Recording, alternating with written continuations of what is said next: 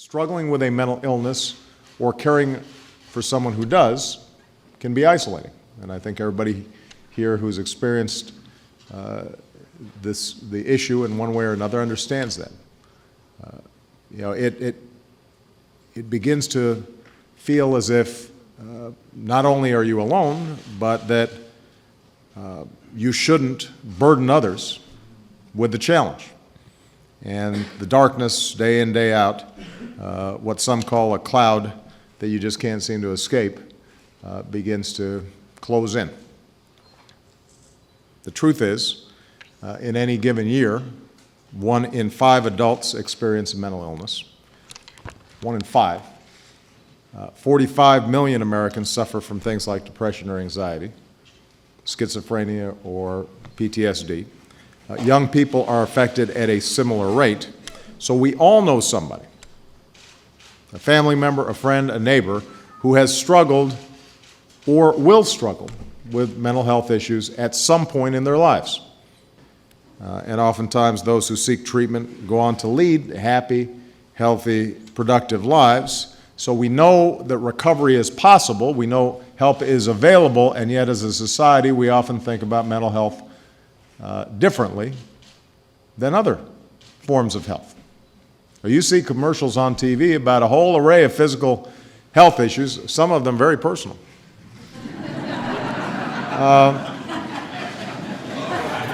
And yet, we whisper about mental health issues and avoid asking too many questions. Fun fact, suicidal thoughts can lead to suicide. Okay, maybe that wasn't a fun fact. It might be common sense that if you think about suicide, you might...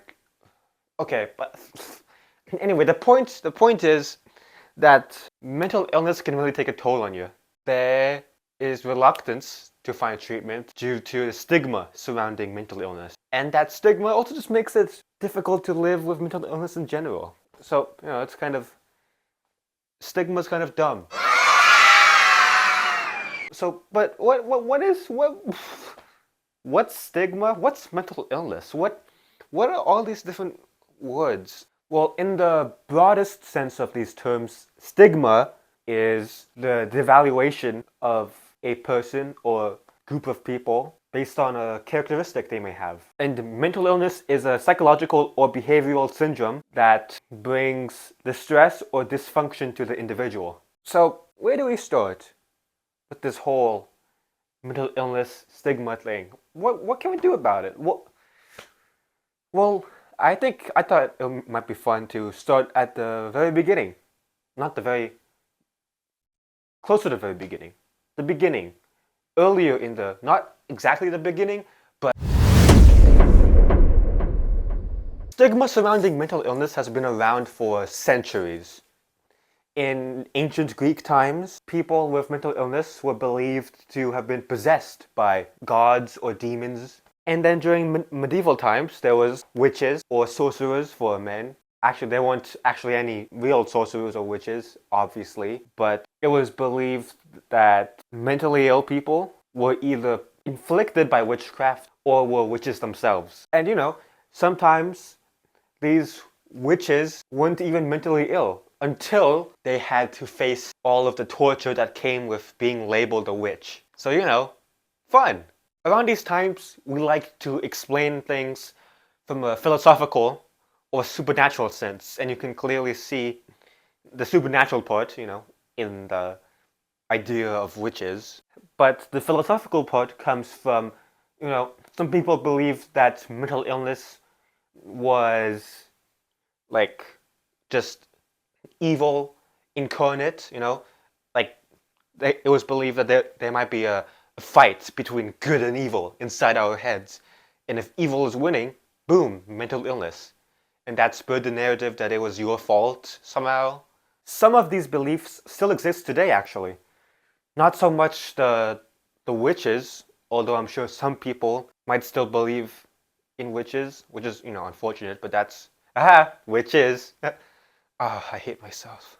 But the notion that it's the individual's fault for being mentally ill is especially common and still prevalent today. You might notice a common theme of, I suppose, ignorance or lack of education. We didn't really have the advances in science that we do today. So you could kind of understand why someone might want to reach toward an explanation of supernatural forces or philosophical ones. However, despite our advances in psychopathology today, there still remains a good chunk of stigma against the mentally ill, especially those with schizophrenia and depression. Stigma can show up in all sorts of ways. You know, there's different types of it. You might encounter one more often than you may encounter another. You know, but it's all sorts of different types, kind of like Pokemon, but sadder. It's time to catch them all! It's your fault that you have an anxiety disorder. Yes! Wait, what? Why? I'm gonna group stigma in two categories and go over those publicly and structurally. Publicly, stigma can show up as, you know, negative attitudes like, ugh, this person has anxiety, God. I'm not a good actor, but I'm pretty sure you know what a negative attitude is. There are also negative, you know, beliefs, such as, well, maybe this person, because they have depression, they're gonna not do as much work. Maybe this person, because they have schizophrenia, oh, they must be violent. Public stigma can also show up as negative treatment toward those with mental illness, you know, bullying, pushing them around, stuff like that. Stigma can also show up as unnecessary scrutiny and social exclusion. Just touching on negative attitudes and beliefs in terms of stigma toward the mentally ill, just for a sec. Some common attitudes and beliefs towards the mentally ill may include, oh, they must be lazy, they must be weak, dangerous, violent, stuff like that. Someone may be afraid, worried, ashamed, especially within a family. Structurally, stigma against mentally ill people can show up as, for example, in workplaces, they may require you to declare any psychiatric conditions you may have, and then exclude you, you know, make sure you don't get the job after telling them your condition. They may also ask for medical endorsement, a note from a doctor saying that you're okay to work in this workplace, in this environment, because there's the assumption that just because you're mentally ill, you know, you're lazy or you're dangerous. People who struggle with mental illness and those who know what it's like to struggle with mental illness and may want to help treat them, so, like psychiatric doctors, for instance, therapists, they definitely care about this, because stigma surrounding mental illness can, as I've said before, can make you reluctant to go to get treatment. And stigma can actually worsen your mental illness. You know, because social exclusion, for example, or negative attitudes towards you, those don't make you feel better. I don't know if you've heard, but the doctors never prescribed me a good daily dose of social exclusion. And in the worst case scenario, this may lead people to, you know, harm themselves, kill themselves. And I don't know if you've heard, but dying is pretty bad. So if you care about the innate value in human life, you should care about this. You know, just a little bit. Just a little bit. Just a tiny little. When looking for solutions against stigma, not just stigma against mental illness, but stigma in general, we have to remember that stigma is rooted in social relationships, you know? It's not a genetic thing. It's not a biological thing. Nobody is born a bigot. Nobody is born racist. Nobody is born sexist, you know? Or I guess, I hope nobody's born racist or sexist. That would really Sorry, the idea of a racist baby just really gives me the creeps. Anyway, stereotyping is also a part of normal, regular cognitive functioning. So we can't just have people stop stereotyping, stop, having assumptions, because that's just not gonna work. Stigma surrounding mental illness is actually pretty common these days.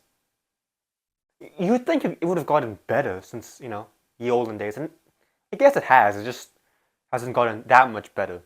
There was a recent survey that actually showed it had 1,000 participants, and 30% of them believed that depression was a personal moral failing, that it was the individual's fault for having depression.